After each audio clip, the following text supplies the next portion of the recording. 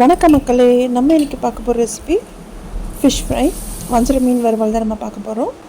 இது கொஞ்சம் டிஃப்ரெண்ட்டான ரெசிபி தான். வெங்காயம் தக்காளி போட்டு முட்டை ஃப்ரை மாதிரி நான் பண்ணியிருக்கேன். அதுக்கு நீங்கள் வீடியோவை ஸ்கிப் பண்ணால் பார்க்கணும். வாங்க இப்போ அரசியல் கிச்சனுக்குள்ளே போகலாம். இதுக்கு ஒரு அடிகனமான ஒரு பாத்திரம் எடுத்துக்கோங்க. கடாய் இல்லை தவா எடுத்துக்கோங்க.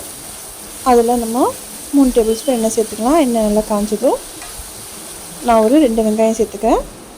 சேர்த்துட்டு நல்லா அது வதங்கி வரட்டும். அதுக்குள்ளே நான் ஒரு 2 டேபிள் ஸ்பூன் மிளகாய் தூளும் ஒரு நெல்லிக்காய் சைஸு புளியை கரைச்சி அதிலேருந்து கொஞ்சமாக எடுத்து நான் இதை கரைச்சி வச்சுருக்கேன்.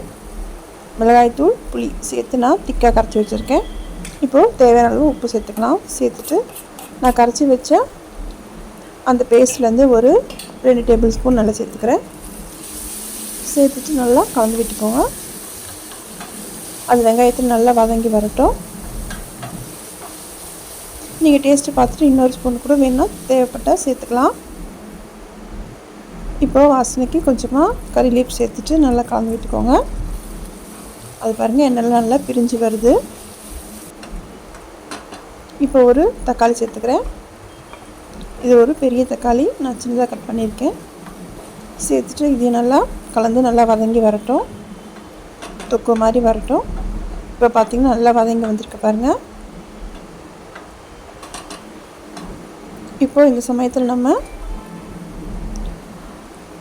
க்ளீன் பண்ணி வச்ச வஞ்சர மீன் நம்ம சேர்த்துக்கலாம். இது எந்த மீனில் வேணால் செய்யலாம். ஆனால் முள் இருக்கிற மீனில் நம்ம செய்ய முடியாது.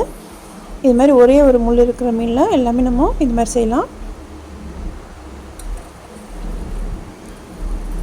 இது ஒரு 2 நிமிஷம் கழித்து நம்ம திருப்பி போட்டுக்கலாம். திருப்பி போட்டு நம்ம மூடி வச்சு வேக வச்சு எடுத்துக்கலாம். அவ்வளோதான், நமக்கு ஈஸியான ரெசிபி தான் இது. கண்டிப்பாக உங்கள் வீட்டில் செஞ்சு பாருங்கள். ரொம்ப டேஸ்ட்டாக இருக்கும். நம்ம முட்டை ஃப்ரை பண்ணுற மாதிரி தான் இது. முட்டை மசாலா பண்ணுற மாதிரி.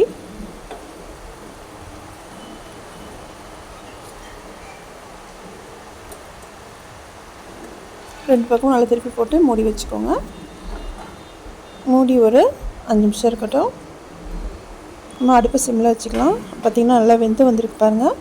இந்த சமயத்தில் நல்லா 2 பக்கமும் திருப்பி விட்டு ஓரளவுக்கு செவக்க வச்சு எடுத்துட்டிங்கன்னா நமக்கு சுவையான மீன் தொக்கு ரெடி ஆகிடும். உங்கள் வீட்டில் செஞ்சு பார்த்துட்டு உங்களோட ஃபீட்பேக் சொல்லுங்கள். இந்த வீடியோ பிடிச்சதா லைக் பண்ணுங்கள். ஃப்ரெண்ட்ஸ் அண்ட் ஃபேமிலிக்கு ஷேர் பண்ணுங்கள். மறக்காமல் ஆர்எஸ் ஹெல்தி கிச்சனை சப்போர்ட் பண்ணுங்கள். இந்த வீடியோ பார்த்ததுக்கு ரொம்ப நன்றி. நம்ம நெக்ஸ்ட் வீடியோவில் பார்க்கலாம்.